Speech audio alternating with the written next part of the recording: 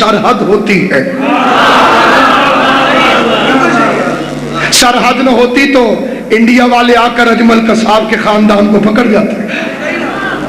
उधर उनका कानून, इधर इनका कानून, उधर वो कानून चलेगा, इधर वो कानून चलेगा, उधर इंडिया का झंडा, इधर पाकिस्तान का झंडा।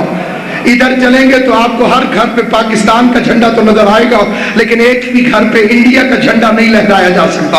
ये बगावत हो जाएगी, पकड़े जाओगे, कैद हो जाओगे, ताल्लुकात पूछे जाएंगे, निस्बत पूछी जाएगी, और इंडिया का कोई भी बाशिंदा अपने घर पर पाकिस्तान का झंडा नहीं लगा सकता। मुझे 2 शरियों की इज्जत की कसम, मैंने अपनी आंखों से देखा। मैं इंडिया जा रहा था, पाकिस्तान का झंडा लाहौर तक था, आगे पहुंचे तो पाकिस्तान का झंडा नहीं था, इंडिया का झंडा दिल्ली तक था, वापस आए तो लाहौर में नहीं था। लेकिन कुरान की कसम, अब्बास का आलम लाहौर में भी था, दिल्ली में भी था।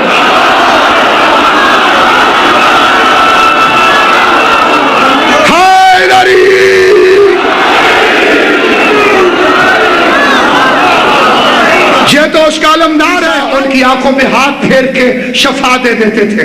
एक औरत आई, उसने कहा ईसा मैं मादरजाद अंधी हूं, कोई मेहरबानी कर।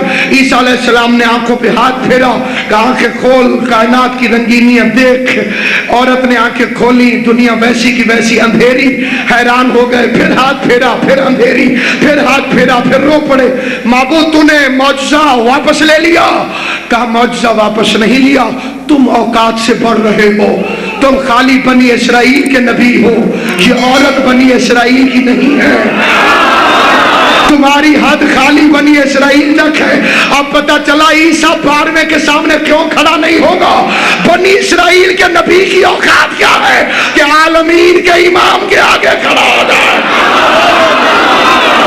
वो खाली बनी इसराइल का नबी है और वो आलमीन का इमाम होगा। मुझे नबियों की भी सरहदें नजर आई, लेकिन हुसैन तेरे क्या कहने, तूने पहला मुकदमा झूले की अदालत में लेटे लेटे अर्श के मुजरिम का सुना। अब एक फिक्रा कहता हूं, बड़ी अदालत जिस मुकदमे को समाअत कर चुकी हो, छोटी अदालत उसे समाअत करने का इख्तियार नहीं रखती। फितरस का मुकदमा खुदा की बारगाह में समाअत शुदा था। जो चुप बैठे हो तुम्हें FIR सुना देता हूं। नाम फितरस, वल्दियत नूर, जुर्म फरिश्ता। नाम फितरस, वल्दियत नूर, जिन्स फरिश्ता, सकना अर्श बरीन, जुर्म तकब्बुर। तकब्बुर मोमिन के लिए जेबा नहीं। अली भी तकब्बुर नहीं करता, क्योंकि अल्लाह अकबर कहता है। तकब्बुर सिर्फ अल्लाह को जेबा है। तकब्बुर कर के अली जैसे तुझे झुकते हैं,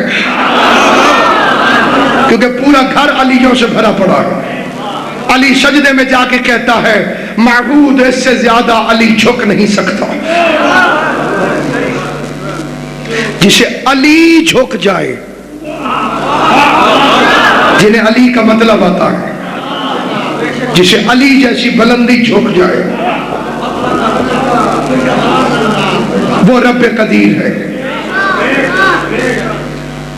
सबसे बड़ी अदालत समाअत कर चुकी।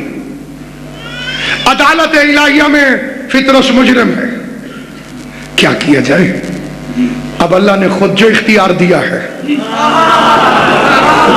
वाहिद बादशाह हुसैन जो अल्लाह के किए हुए फैसलों पर नजर सानी का इख्तियार रखता है।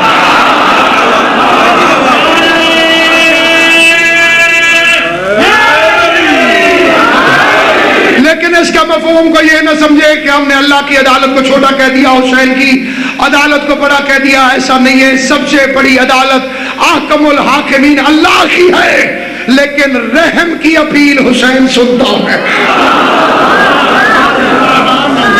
उसने रहम की अपील सुनी, अर्श के मुजरिम की, तकब्बुर करने वाले की, मम्मसली का दावा करने वाले की।